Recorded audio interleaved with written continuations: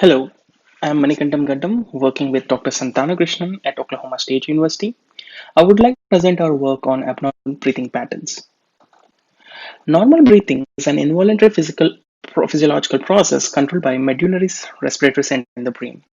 Normal breathing is an effortless inhalation of oxygen-rich air and exhalation of air rich in carbon dioxide. This process is facilitated due to pressure differences between atmosphere and the higher airway generations. In general, average tidal volume is about 500 ml and the normal breathing frequency is 10 to 18 breaths per minute.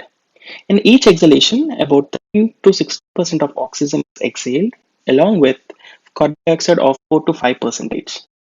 During metabolic and physiological process, amount of oxygen and carbon dioxide available in our bloodstream varies. Medullary respiratory center receives the availability of these gases and sends signals to the muscles which control the respiration process. Based on the available gas percentage, it sends reflexes to the muscles either for normal or abnormal breathing. In abnormal breathing, human does breathe either through nose, mouth, or combination of both. The figure over here shows various abnormal breathing patterns against normal breathing pattern. In normal breathing pattern, the respiratory rate is about 15 breaths per minute, which is approximately 4 seconds per cycle. While during abnormal breathing conditions such as tachypnea, the respiratory rate is about 1.5 times faster compared to the normal breathing. In bradypnea, the breathing is slower, which is as low as less than 1.5 times slower compared to the normal breathing. In tachypnea and bradypnea, there are no chances, no changes that both inhalation and exhalation peak flow rates. While in hyperpnea, abnormal breathing pattern, it has an increased inhalation flow rate and increased exhalation peak flow rate when compared to the normal respiratory rate. While in the hypopnea is the breathing at normal rate with a lower peak flow rates. How do abnormal breathing patterns affect the airflow inside airways? To investigate this, we have conducted a study with various peak inhalation flow rates and peak exhalation flow rates at different respiratory rates. So our range of peak inhalation flow rate is about 15 to 30 liters per minute, and exhalation flow rate peaks ranges from 15 to 60 liters per minute, with the respiratory rates from 10 to 22 breaths per minute. Current slide shows this velocity profiles or the flow profiles for simulations. And the figure over here is the geometry with idealized oral to glottis section.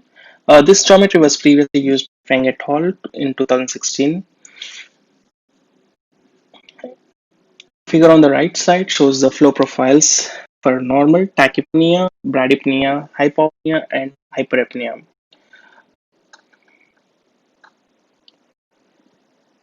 All simulations were performed in ANSYS Fluent with K omega SST model. All these simulations are 3D. Mesh consists of about 2 million tetrahedral cells with prism layers along the walls.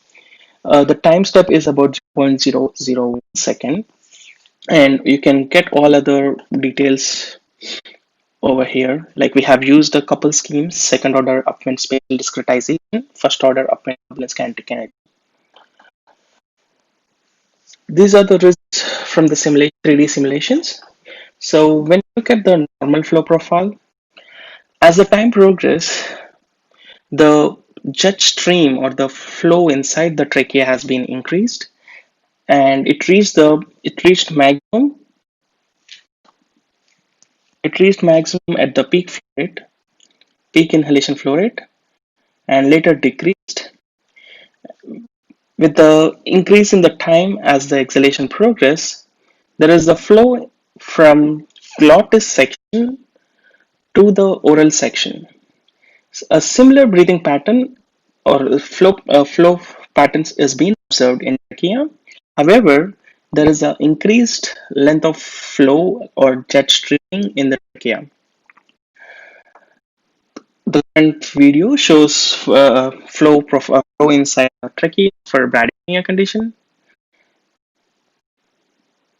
This is the flow with With respect to hyperpnea, so there's an increase in a way increased jet streaming in both trachea and also the oral to glottis section. While in the hypopnea, we can see a very weak flow inside the trachea, also in the glottis section. Current slide shows the flow streaming for various like at peak inhalation for various flow profiles. We observe that tachypnea and bradypnea has a larger velocity flow streaming at inhalation compared to the normal condition. A very strong velocity contour regions were observed in the hyperapnea due to high peak flow rates at both inhalation and also in the exhalation. This flow is to be quantified, and we have used jet length measurement as described in the next slide. Sagittal plane with velocity contours with jet length measuring stations x1 and x2 is shown here. X1 is located along the exit of the glottis in sagittal plane. X2 is identified based on the jet length measuring condition. To measure the jet lengths, first a maximum velocity along x1 is measured in each condition, followed by corresponding flow rate. Uh, Later, a parallel line is being drawn in the trachea, where average flow rate along the line is equals to 50% of the flow rate calculated at x1 station. Later, jet lengths between the two stations was measured. All the values obtained were non-dimensionalized, with the value of jet length obtained at normal condition to characterize the jet stream in the trachea. Bar graph here shows jet length for various breathing conditions. We found jet length at peak inhalation has a following order: hyperpnea less than bradypnea less than normal, equivalent to hypopnea, which was less than tachypnea. We have calculated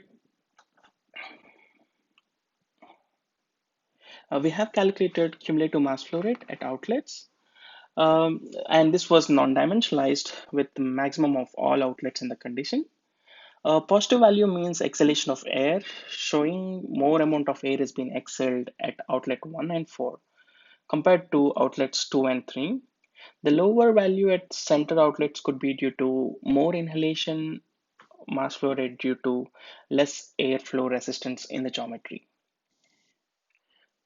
Total mass flow rates were measured to compare across all breathing patterns. Non-dimensional term M2 is defined, which is a ratio of total mass flow rates in each condition to that of maximum in all conditions. This followed an order: hypopnea less than normal, which was equals to tachypnea and bradypnea, and both were less than hyperpnea, showing that within one breathing cycle, high amount of air is exhaled in normal tachypnea and bradypnea, while the least is in the hypopnea condition. However, since the breathing time was unequal, a minute cumulative mass flow rates were measured as shown in the next slide.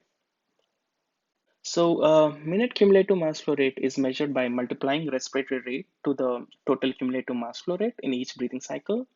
Though, from the previous slide, showed equal values of M2 or total mass flow rate in the normal tachypnea and bradypnea were for a breathing cycle. Here we found that it has a order of the minute cumulative mass flow rate has a order of tachypnea greater than hyperpnea greater than normal greater than hypopnea greater than bradypnea due to the very big difference in the respiratory rate, showing that respiratory rate is key plays a key role in amount of air you exhale. Current slide shows the minute exhalation volume based on tidal volume calculated from flow profiles. This figure shows that amount of volume released in hyperapnea is less than normal, which is equivalent to tachypnea and bradypnea, and both were less than the hyperapnea. As mentioned in the beginning, the amount of carbon dioxide released in each exhalation is about 5% in the volume. So a histogram of amount of carbon dioxide exhaled is each condition was prepared to understand disorders in respiration. Acid-based disorders simply convey amount of about the pathological conditions such as acidosis or alkalosis. If you take the carbon dioxide value in the normal case, normal condition as a standard for comparison here, as per White and Graham, hyperpnea has experiences in the condition of hyperpnea. Uh, People experience respiratory alkalosis, while in the cases of shallow breathing or hypopnea, a person experiences respiratory acidosis. So we have taken this as reference. However, acid base explained so far in the view of respiration. In general, our metabolic process generates carbon dioxide into the bloodstream and consumes oxygen. Um, so based on this, two abnormal conditions such as metabolic acidosis or metabolic alkalosis can be found. In metabolic alkalosis, low amount of carbon dioxide is released into the blood, while in the metabolic acidosis, higher amount of carbon dioxide is generated. Assume like 25% less carbon dioxide is available on the left side, which is metabolic alkalosis, and on the right side, 25% excess carbon dioxide is available and would cause metabolic acidosis. So when you plot a histogram with respect to the breathing patterns, we found that like when you draw a line based on the comparison of a normal breathing condition, we can see that hyperapnea condition has reached a level of normal, while the shallow normal and bradypnea and the tachypnea conditions are below the level of normal conditions, causing respiratory acidosis. While in the case of metabolic acidosis, with the increased percentage of carbon dioxide availability, all the conditions are experiencing respiratory alkalosis, while the hypopnea condition or the shallow breathing case is experiencing a normal breathing. So these two suggest that alterations in the flow rates can improve the acid-base disorders. To conclude, a large flow streaming was observed in hyperpnea due to large peak inhalation flow rates. Jet at a peak inhalation flow rate was higher in tachypnea, uh, and we have seen a following order of hypopnea greater than normal, which was equal in tachypnea, and bradypnea, which is greater than hyperpnea for minute exhalation volume. And in the minute total mass flow rate, followed order of tachypnea greater than hypopnea, hyperpnea greater than normal, greater than hypopnea, greater than bradypnea. Respiratory rate was the respiratory rate with given CO2 levels or the carbon dioxide levels can potentially estimate acid-base disorders. Finally, I would like to acknowledge Oklahoma State University High Performance Computing Center. You can reach out to my email for further questions, which is manikantam.kedam@okstate.edu. Thank you.